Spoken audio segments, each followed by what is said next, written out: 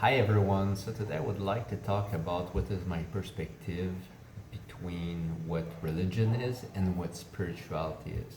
And I have a nice anecdote that brought clarity into understanding religion because it's easier for me to speak about spirituality because it was my path.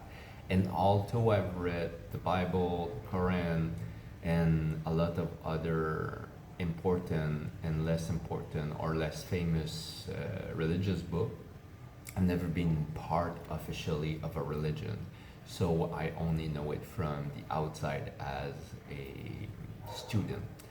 But I've met with people who were fully invested in the religion, and I've interviewed them.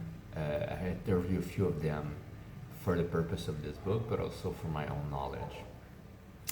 And so it's easy to believe from this drawing that spirituality in some way is better because for me it erased the intermediate and that separate us between us and God. And so here we have priest, rabbi, it doesn't matter which religion, but there's an interpreter or an intermediate that is a specialist in the religion that we are devoted, that have read all the scripture, understand the scripture, and is there to answer a question or doubt, etc. And with spirituality, although there's also many books and there's also teachers which can act temporarily as an intermediate in our journey. The journey, it's like being autodidact and going to school. So both students are learning, but when we're autodidact, we are our own teacher. So we have to go, example, to the library, back in my days, or maybe now on the internet, filter the good, the bad, and the useless, and try to absorb and understand the information on our own, and then progress. And usually the progress is slower, contrary to going to school, where a teacher is there to teach us a subject, could be mathematics, could be language, could be science, etc. And there's a curriculum which we're following, and it's possible that there's good stuff, bad stuff, and useless stuff, but at the end there's an exam, so we are trained to learn everything and spit everything back to pass the exam. Um, and so I always, at the beginning, thought that being our own teacher and just studying the good stuff was the way to go. But in my journey, I met with this beautiful family. I met the daughter, who's also a really amazing rock climber, and she invited me when I was traveling. I was driving for 2 years from Canada all the way to South America in Argentina, and they live somewhere in the middle in Costa Rica. And she said, I've been living there since I was a kid, and when you're there, you should give me a shout and come visit. And I climbed the most beautiful tree over there. It was beautiful, small community, 200 people. Everybody is living 90% of the grid, and with everything they were growing. So they were growing fruit, vegetable, everything. And I've never seen a so close, tight knitted community. The parent at the time that I never met knew about my arrival, and I was planning to stay a couple of weeks to climb, just staying out and to work on my stuff. And she said that, oh, my parent would like to meet you. And that was on the second and the third night. And I was like, sure. And I was like, and I say, you're invited for dinner. And I kind of assumed that she would come with me. And then when it was the time, she just gave me indication. They were not living next door. They were living like 2 kilometers away in this really kind of like in the middle of nowhere location. And so she said, okay, when you see this gate, this color house, you go inside. And I was kind of surprised, like, what do you mean you're not coming with me? And it's like, I don't know them. I barely know you. We met like, I don't know, at the time we met probably 2 3 times. And we were not super close friends. It's like, no, no, I'm good. I don't want to go. She had a boyfriend. And she just like didn't want to go see her parents for dinner. So it was like, I thought it was odd. But I went anyway. I find a family house and they were super welcoming. They were super nice. And it was nice because I learned more about their daughter, my friend. And apparently, so when I was there, she was probably in her mid 20s. And I remember she voluntarily quit school when she was 9 years old. She just came back, third grade, from come back home from school, and she said, "I'm done. I don't want to go to school anymore." She didn't have a fight with anyone. She didn't argue. She didn't get beat up or bully or anything. She just didn't connect with the kids. Her reason to the parents was that she didn't connect with everyone. She didn't understand what she was learning. She was not interested, and then her parents thought she's young, she's going through a phase, and probably next week she's gonna go back on her own. So they just let her be, and she just started playing in nature on her own. She didn't have any siblings, and she never dreamed of going back to school. And after 6 months, her dad stopped working full time and worked part time just to take care of her because she was just too young. And they homeschooled her, and that was it. And then she never went back to school until university 10 years later, maybe. Um, and I was asking what she was doing, and she's just like playing nature on her own, disappear in the forest. In the winter they live in Costa Rica, and then in the summer, so half of the year they live in Yukon, which is the North Territory of Canada. So it's too cold. I mean, some people live there, but it's really cold in the winter. So, but it's nature. It's wild nature. There's not really like a city. There's probably a couple towns, and I don't know how remote they were living, but it sounds that they were even not in town. Um, so they just had like a huge forest in their backyard, and apparently she developed a communication system with nature. And so really young, like around age 12, 13, she apparently was making more money than her parents because she was able to find antlers, which are the horn of deers and this kind of animals. And I didn't know back then, but antlers lose their, not antlers, deers lose their antlers every year. They're mewing, so it grows, and then I guess maybe they hibernate. I'm not sure they hibernate, but after the winter, they lose it. I don't know why, but they lose it. And tourists who come visit those places, they love it because they can just hang it. And I always thought that people were hanging it as like hunters who had killed animals, but apparently you can find them or you can buy them in a store. And she'd been living there since she was a baby, and there's a lot of older people that have been living there forever, and they say that they've never seen antlers in nature. So it's not like a easy thing to find. There's not like the deer are leaving their antlers in a specific location.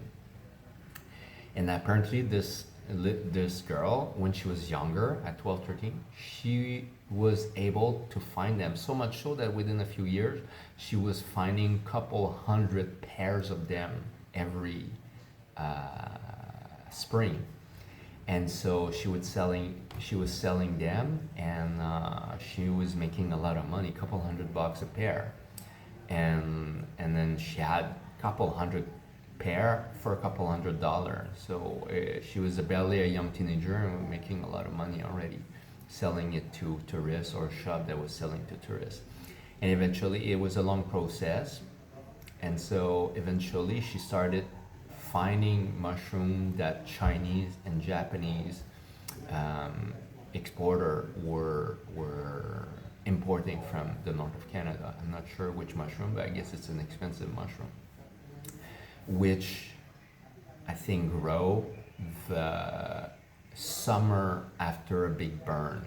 And so they're studying the natural burn forests of the whole of the north of Canada. And a lot of people who are into this business have quad 4x4 ATV, and they have GPS, and they have buckets, and they have like a lot of technology because it's a virgin territory.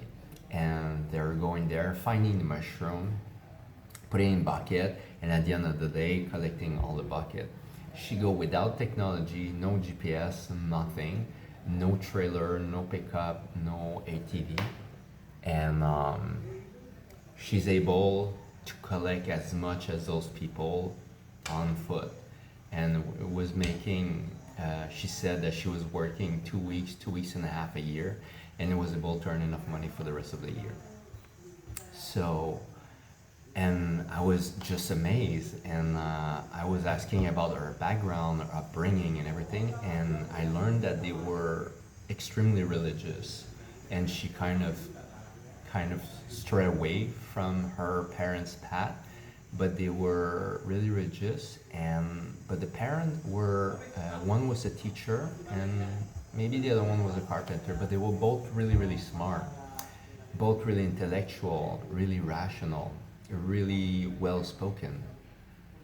And I asked because I know a lot of people who are really religious, which is rare in modern society, but they seem to be, I don't know, I would say gullible, like not too intellectual, and not to make a judgment, but I think there's a stereotype, and they were not fitting at all that stereotype. And so I asked, what is the incline to be so well thought, to have so much depth, but still being believer of this religion? Mostly because, just like anyone else, they didn't agree 100% with everything of what the preacher or the religion was preaching. If you're 100% believing, it's like, okay, this is for you, but if you're not 100%, it's like, why even bother? I also read all the major and alternative religion, and there's many good things I pull from it, but at the end of the day, I'm not a follower because I don't agree with everything. And they say we're the same. But the difference is that they are going there because they don't have time or don't want to take the time to read all the scripture, understand it, and decide to filter between the good, the bad, and the useless.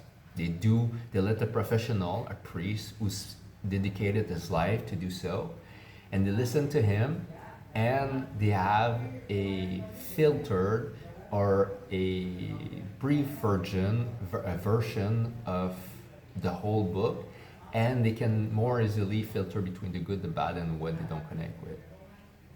I'm like, okay, so it's just like me. It's like they're really rational. It's like, yeah, and I don't want to. They don't want to take the time to seek for. It's a big journey, spirituality. Like I dedicated full time 8 years of my life almost, and I'm still in the journey. And I realized that I felt good about myself because I was autodidact in my spiritual quest, but I was the opposite in my educational system compared to their daughter. Meaning that I went to school and I was good because I enjoy hanging out with friends. I was good at school in most subjects except some. And so and at the end of the day, whatever the teacher was teaching, I was filtering between the good, the bad, and the useless, and just continuing to grow. And I graduate to university. And my friend did the opposite, and with her parents, they were autodidact, meaning that like there's a lot of information which they could have taught to their daughter. Pick some stuff, I don't know, from the library. I don't. Internet was maybe not a thing back then, and then choose. And then what I'm trying to say is that they didn't go through an institution, a system, and so they just freelance the whole thing. And her daughter is functional. I mean, she's not working a 9 to 5, but who cares? Because she maybe doesn't have a pension, but she's happy, she's productive, she's not dependent, she's productive, creative, and all the good stuff of what life has to provide. And with my spiritual journey, I'm the opposite. They went through an institution and I went freelance. And at the end, we're meeting at the same point. And so, as much as I used to believe that spirituality is better, because I feel that in the past I believe religion or religious people were brainwashed,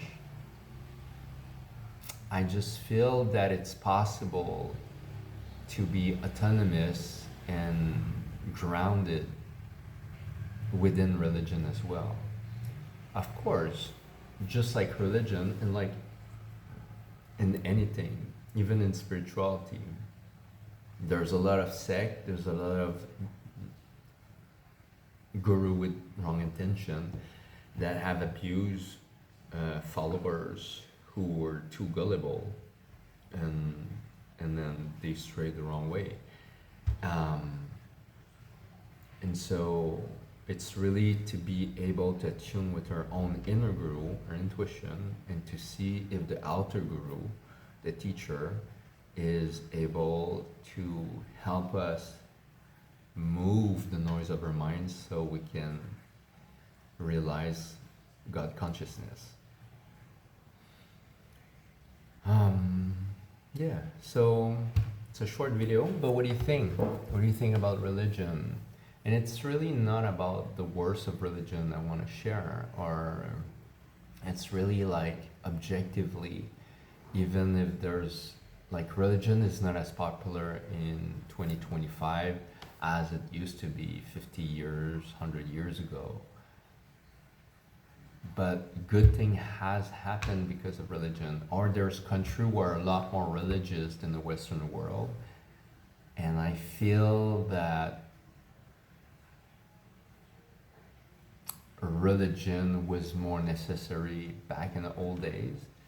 And a lot of people benefit from it, but unfortunately a lot of people suffer from it as well. And that's why a lot of people dropped out from the religious path to go on a more solo quest, that is spirituality. So what do you think about it? What do you think is, there's a good chance that if you watch my video that you're likely on a spiritual journey. But what do you think about religion? What do you think or feel that are the pros and cons of each? And yeah, share with me. If you like those videos, subscribe, and then I'll see you in the next one. Ciao.